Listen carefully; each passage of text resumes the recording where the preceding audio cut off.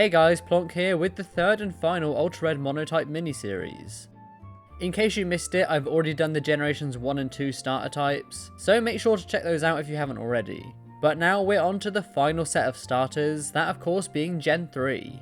I put out a poll recently asking which type you wanted to see first, and the result was pretty clear. So today we find out, can you beat Pokémon AlteRed using only Dark types? I've gone through the rules many times, so you already know the deal. I can only use Dark types in battle, HM users are allowed if needed, and no items in battle either apart from Pokeballs. Before we get started, congrats to these people for finding the Dabbing Delibird. Look out for him in this one too, and you might get featured next time. Also, we recently hit 26,000 subscribers. I really can't believe this, thank you all so much. My goal is to get 30,000 by the end of the year, and you guys are crushing it. If you're not subscribed already and you like my videos, then please consider hitting that big red button for me, it really means a lot. Okay, without any further ado, let's see how well the Dark type fares against AlteRed. I start the game picking the female character and call her Kaori. As always, comment down below if you get the reference. I name our rival Zwigo because he's an absolute legend. And the game begins. Obviously our first Pokemon is the Dark type version of Trico called Sneeko. Great name, by the way. I catch it and add it to the team, and this is basically going to be our starter for this run. It's pure Dark type and has the ability Insomnia, so this should be pretty useful. It's also got a really good speed stat, which is to be expected. I evolve it into Growth Spiral before the first gym, and then take on the first gym leader Brock, but you've seen this fight a million times by now, so you already know how this goes. Crustite goes down in one feint attack, so does Moss Eater. Ice-Coon does actually just survive and hit a Rock Tomb, but we can just take it out with one more after he heals, and his final Pokemon Carbol also just survives, but again the Rock Tomb is hardly doing anything, so we just take it out with a quick attack for the win. Easy first gym badge. Before doing anything else though, I catch the regional form of Nincada.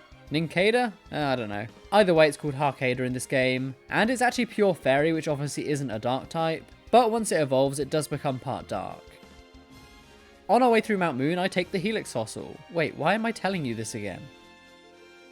I also evolve Harkada. It becomes Heartless, which as I said is now part Dark. And just look at those stats. Amazing attack, good speed, and good special defense. It also has Levitate, so this thing's going to be pretty good. I decide to take on Zwigo before the second gym, but this fight was really easy because of Heartless. I'm not going to lie, we pretty much steamroll his entire team. Aegon goes down in 2 wing attacks, and Seamander goes down in just 1. Braccuna does survive a Drain Kiss, but just goes for Harden, so one more takes that thing out as well. And we're already down to his final Pokemon, but Stalagmite goes down in 1 hit as well.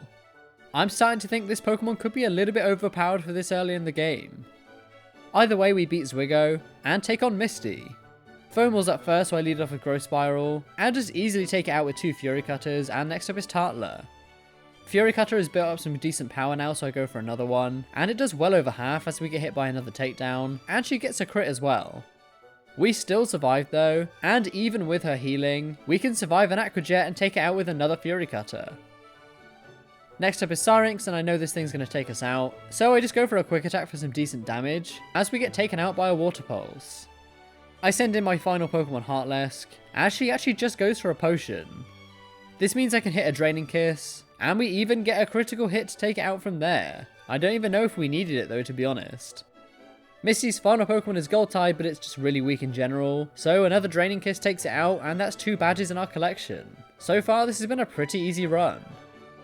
Before facing Lieutenant Surge, I decide to catch another Pokemon, that being Liscoop, which is a dark ground version of Lileep. This should definitely come in useful, and it's some more type diversity as well. Speaking of Lieutenant Surge, he was actually quite easy as well. Elix is up first, so I start with Growth Spiral, and just go straight for a feint attack for a 1-hit KO. Next up is Lino, so I switch in Heartless, and again a single Draining Kiss is all we need to take it out. Blitzus is up next, but I have the 4-time super effective Dig, so thankfully he goes for Protect on the turn that we go underground, and we can just hit the Dig the next turn, which is a no questions asked KO. Next up is Moroth, who does actually outspeed, but his Volt Tackle doesn't do that much, and we can bring it down to red health with a Draining Kiss. He does fully heal with the Super Potion, but 2 more take it out no problem, and we're already down to his final Pokemon, Fearolt. Again, I just stay in and go for a Draining Kiss for about half, and instead of attacking, he just goes for charge. But he does heal up with a berry, which means he just survives the next attack. But he doesn't heal up or anything, and one more takes it out, and we win the third badge. On our way through Rock Tunnel, I catch a Slow Slab, which again isn't a dark type just yet, but when it evolves, it becomes Rock Dark, which I think can be really useful. Kinda like a mini Tyranitar. I also do some training and evolve Growth Spiral into a Stripe Tile in the process. And by the way, I really like this design. I take on the 4th Gym Leader Erica, but again, this was another easy fight. Heartless has the move Wing Attack, which is super effective, so it absolutely destroys her first Pokemon Phernomoth. And next up is Royal Lotus. We are weak to this thing's fairy moves, but I just go for another Wing Attack for huge damage, as instead of attacking me, she goes for Yawn. This means I can take it out with one more Wing Attack, and switch into Stripe Tile before we get put to sleep. Marshwine is up next and hits me with a Leech Seed, but not before Feint Attack brings it down below half. But this does mean that she just survives the next Feint Attack on red health, and then hits a Giga Drain for small damage as well. Thankfully though, we can take it out with one more Feint Attack, and I won't lie to you, her last two Pokemon Chorus and Latasire both go down in a single Wing Attack each. Yep, Heartless is definitely overpowered. We easily beat both Giovanni and Zwigo once again, and before fighting the 5th gym, we evolve Liscoop into an Excali. That's not all though, we also evolve Slow Slab into Slowcidian, so our team is looking pretty rock solid right now. No.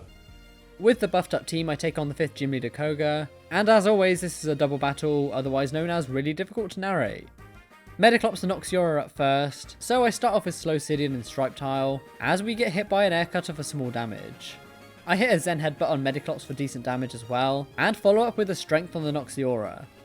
It actually takes it out from full health, much to my surprise, and next up is Glimpale. Mediclops goes for a Spikes, and then I can just take it out with one more Zen Headbutt, and next up is Nefario. Glimpale tries to go for Guillotine, but thankfully it misses, as I hit back with another Strength, to bring it down to red health.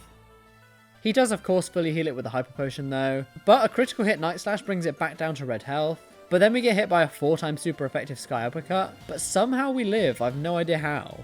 I can then just finish off the Glimpale with another Strength, and next up is Taintuck. I go for another Zen Headbutt to do some decent damage, as we get hit by another Sky Uppercut, but we take the hit with ease.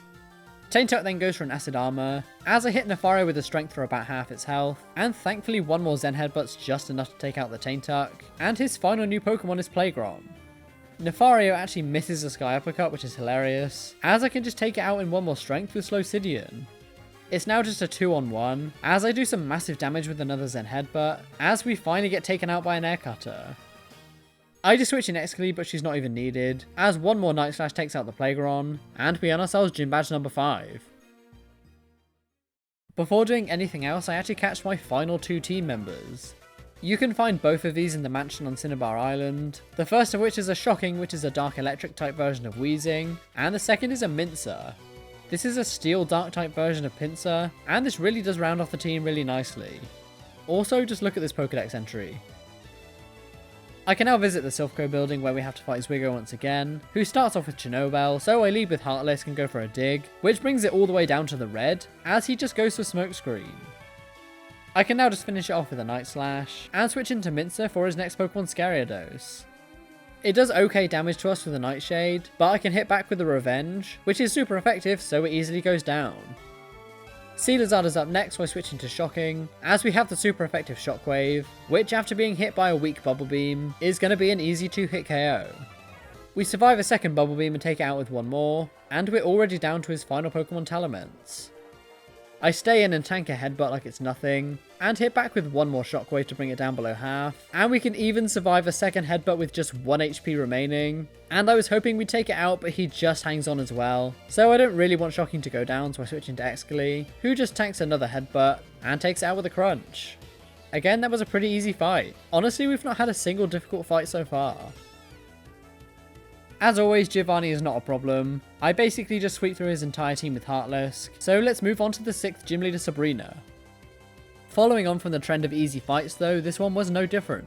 Obviously our dark types are great against Psychic, so did you really expect it to go any other way? Cloystar's up first and goes down in a single Dark Pulse from Shocking, and next up is Houndoomami. She does go for a Calm Mind, which means our Dark Pulse doesn't do as much as it could have done. And then we get hit by a Surf, but we tank the hit. And I tried to get a stat boost with Ominous Wind, but we don't get it, unfortunately. And we go down to one more Surf. Stripe Tile's faster though, so I can just take it out with the Night Slash. And I switch in Heartless for her next Pokemon Zenchamp. This is the only thing on her team that could really cause a problem, as it's fighting type, so it's super effective against my dark types. But even with her using Bulk Up, we take her out with a single play rough. So I'll say it again, this thing is overpowered. Solnova's up next, so I switch in Mincer, and she just keeps on going for Reflect and Light Screen, as my crunches are doing some decent damage, but not enough to take it out.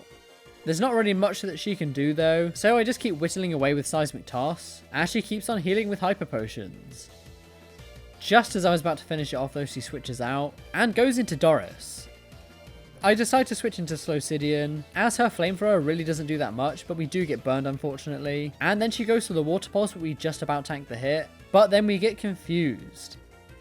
Thankfully we still hit though, and strength is still enough to take it out even with us being burned. And next up is that Solnova again. I thought another Seismic Toss would be enough to take it out, but I was wrong. And then she heals up with another Hyper Potion. This isn't fun. Eventually though, a mixture of Seismic Toss and Crunch do take it out. And now we're down to her final Pokemon Sparkori, which just gets outsped and one hit KO'd by Excalibur. That was a pretty anticlimactic end, but even so we win the 6th badge. I move straight onto the 7th Gym Leader Blaine, but again this wasn't really a bad fight either. Explobat's up first while I lead with Excalibur, and he does go for the double team, but we still hit a Rock Tomb, which is 4 times super effective, but he still hangs on. But we do lower his speed, so we can outspeed the next turn, and just take it out with another one. Next up is Necrotomic, so I switch in Slowcidian, but I completely forgot that this thing has Submission, which is 4 times super effective, so unfortunately we go down from full health. I switch in Stripe Tile though and go for the Night Slash, which actually takes it down to KO range, and then he goes for the Flare Blitz.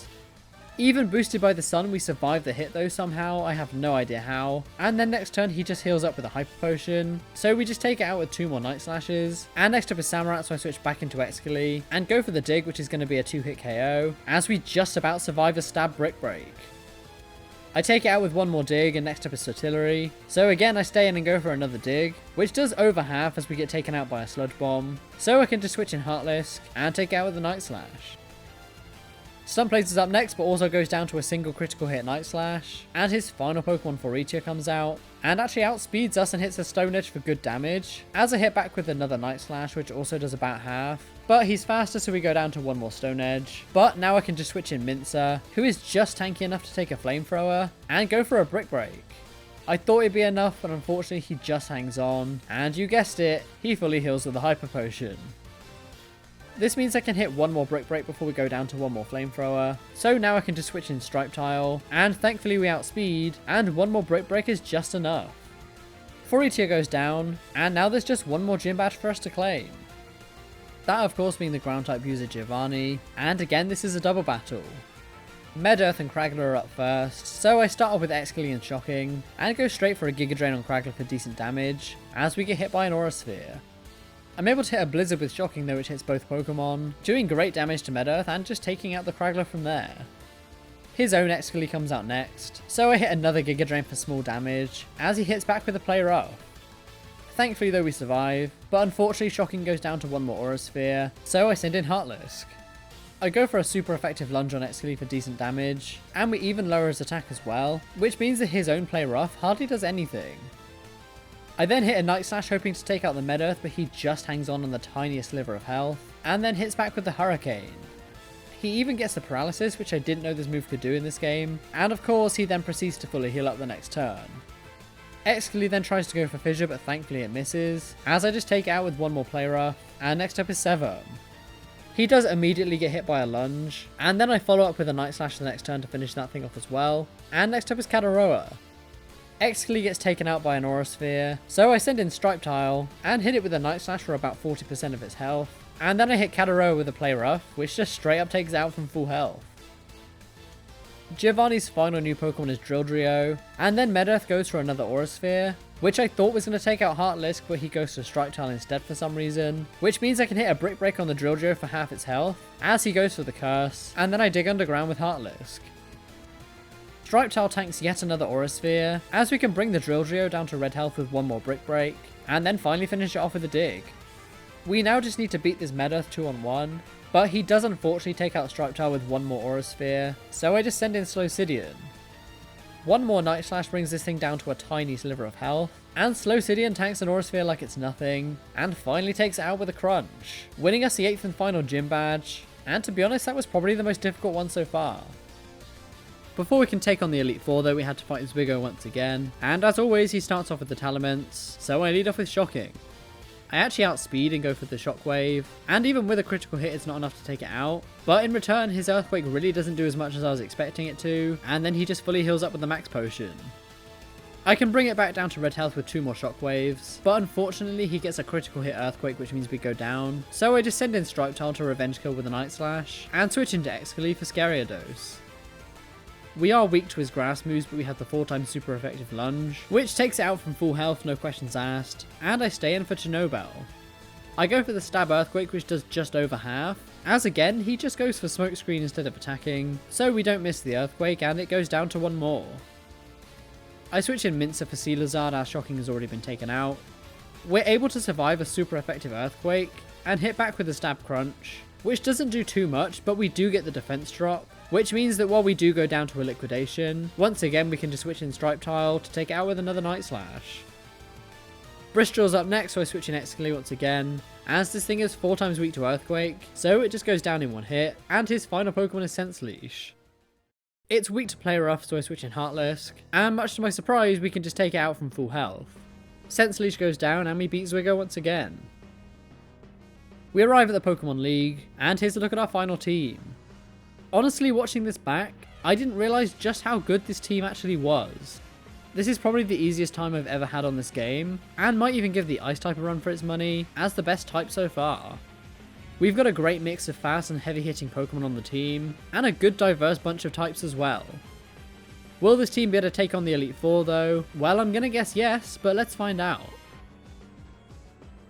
Lorelei's up first with her Ice types, and as always she starts off with Torchill and Eruptice, so I lead off with Heartless and Slowcidian. Torchill goes straight for the Protect, but I went for the Strength on Eruptice as it is 4x super effective, but even so she somehow survives. She then goes for the Cosmic Power, and then of course she fully heals the next turn. I go for the super effective Night Slash on the Torchill, which just straight up takes it out with a critical hit, and next out is Blizzmaiden. I go for another Strength on Eruptice and we get a critical hit to take it out, and Golacia is up next. Blizzmaiden goes for the 4x super effective Focus Blast, which does unfortunately take out Slowcidian, so I switch in Mincer, and I don't know why I did this, but I went for the Night Slash, which does hardly anything. Golacia then goes for a Surf for small damage on both Pokemon, as Blizzmaiden outspeeds and takes out Heartless with a Moonblast. I send out Shocking as I go for a Meteor Mash on the Blizzmaiden, which is an easy KO, and next up is Freezolve. Golacia then goes for another Surf for small damage, and then I land a super effective Thunderbolt, which brings it down to low health. Freezolve then goes for a Blizzard, but thankfully it doesn't do too much to either Pokemon, and then I can land a Brick Break for some good damage. Unfortunately, Shocking goes down to a critical hit Surf though from Golacia, so I send in Stripe Tile and finish off the Freezolve with a Brick Break, and her final Pokemon Cool Catchy comes out, as I take out Golacia with a Brick Break. She could have attacked or something here, but instead she goes for an X Special, which means that we can just easily take it out with a Brick Break from there, and win ourselves the first fight of the Elite Four. Okay, come on. Fighting types are super effective against Dark. There is no way this is an easy fight, right? Once again, you're wrong.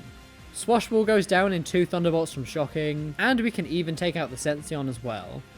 I then just go for the Explosion on Fur Arm, but even with a critical hit we don't take it out. That's kind of embarrassing. But now I can just switch in Heartlisk, who has the super effective Play Rough, which just easily takes it out after he fully heals. We then proceed to take out the Banateer in 1 hit as well, and I switch into Stripe Tile for Cunavile. He just goes for an X accuracy, so we take it out in 1 hit with Brick Break, and we're already down to his final Pokemon Boxer King, who, you guessed it, goes down to a single Play Rough. Seriously Bruno, we need to have a chat. Next up is Agatha, but this was another easy fight, as our Dark types are really good against Ghosts. Zotam's up first and goes down to a single Crunch from Excali, and next up is Claypool. I send in Shocking and go for the super effective Thunderbolt, which does over half as she does unfortunately paralyze us with a Glare, but she misses the Focus Blast so we can take it out with 1 more Thunderbolt, and next up is Snorcest. I switch in Mincer and easily 2-hit KO with a Crunch, and I switch back into Excali for Pellistorm, who gets destroyed by an Earthquake. Next up is Nobodinja, so I switch Mincer back in, and instead of attacking she just goes for Calm Mind, so a single Meteor Mash takes that thing out from full health, and we're already down to our final Pokemon, which is Hypnoplasm, who does unfortunately put us to sleep, but we wake up really quickly, and take it out with a single Crunch for the win. That was somehow easier than Bruno, and that's saying something. The final member of the Elite Four is Lance, and again this is another double battle. As always he starts off with Draperia and Flarados, so I lead off with Excali and Heartlisk, and I have a strategy here. I go for the Earthquake with Excali, which hits both Pokemon, but because of Levitate, Heartlisk doesn't get hit, so it's completely risk-free. Earthquake brings Flarados down to a sliver of health, and then I can go for a Play Rough on the Draperia, but much to my surprise it does actually live the hit. Flarados then goes for an Overheat on Excali, but we hang on and Draperia just decides to go for Spikes, and then he fully heals it with a full restore the next turn. I go for one more Earthquake to take out the Flarados, and next up is Forestar. He does lower our attack with Intimidate, which means our Night Slash does hardly anything, and even with a super effective lunge, it doesn't even bring it down to half. We do lower its attack though, which is nice, and I decide to focus on the Draperia, as he misses the Meteor Mash. Not only that, but Forestar also misses the Wood Hammer, which means that 2 more hits take out the Draperia the next turn, and next up is Thunderius. Wood Hammer hits this time though and hits Heartless for good damage, and then the next turn he outspeeds, and is able to take out Excali. I switch in Slowcidian, and thankfully we can finish it off with one more Play Rough, and Wyvaldo's up next. He lowers our attack even more with Intimidate, as thankfully Thunderius misses the Thunder, so I can hit one more Play Rough but it doesn't do anywhere near as much as I was hoping it would, as Thunderius misses again. Wyvaldo then goes for Fly, so I know I need to get out of there, and switch into Mincer. Thunderius just goes for Amnesia, and then Wyvaldo misses again. What is going on this match? Another Strength brings it down to KO range, as Thunderius goes for yet another Amnesia, and then Wyvaldo hits a Brick Break on Slowcidian, but even though it's super effective, we survive. A combination of Crunch and Strength are enough to take it out though, and his final new Pokemon is Leviatops. It goes for a Protect as Slowcidian gets taken out by an Ice Beam, but this means I can just send in Heartless once again, as Mincer hits a Crunch for small damage. Leviatops then hits a weak Liquidation on Mincer, as I take it out with a critical hit Play Rough, but trust me, we did not need that crit, and now we just need to take out Thunderius. Again, he goes for a third Amnesia, which means his special defense is through the roof, but that doesn't bother me as I'm using physical moves. An Earthquake brings it down below half, and from there, one more Play Rough is all we need. Thunderius goes down and we beat Lance, and now all that stands between us and victory is the champion Zwigo. As always, he starts off with the Dust Sharp, so I lead off with Stripe Tile, and go for the 4x super effective Brick Break. It's not actually quite enough to take it out from full health, and he goes for the Spikes, but he just fully heals with a full restore, and we actually get a better damage roll the second time, so this time it is a one-hit KO. Scariados is up next, so I switch into Mincer, and go for the super effective Brick Break as he goes for a lunge. We end up getting a crit, but I don't know if that mattered or not, but either way I'll take it, and next up is Telement, so I switch into Slowcidian. He goes for the weakest of returns, as I hit back with the super effective Strength, for about 50% of its health. Again though, he just goes for another return, but I'm pretty sure that the tiny amount of health he heals up from the Shell Bell actually saves him from one more Strength.